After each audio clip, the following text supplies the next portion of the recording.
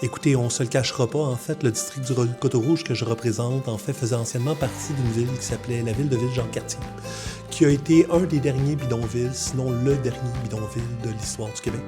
Donc, ça a toujours été un endroit où est-ce que ça a toujours été un quartier très, très pauvre, en fait, où des initiatives comme celle-là sont toujours les bienvenues.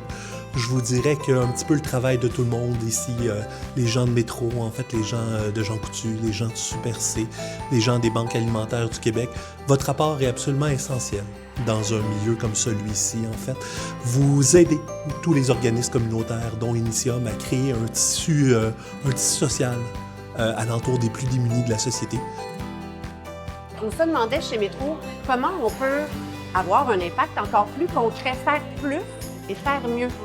Et en consultant les membres de Banque alimentaire du Québec, donc les moissons et les membres associés, et les organismes aussi que les moissons représentent, bien, le besoin était criant d'avoir des installations professionnelles pour accueillir encore plus de gens, puis accueillir encore plus d'organismes. Et c'est ça la beauté de la cuisine partagée Métro, c'est qu'elle permet d'être partagée avec plusieurs organismes et pour en faire bénéficier le plus de gens possible.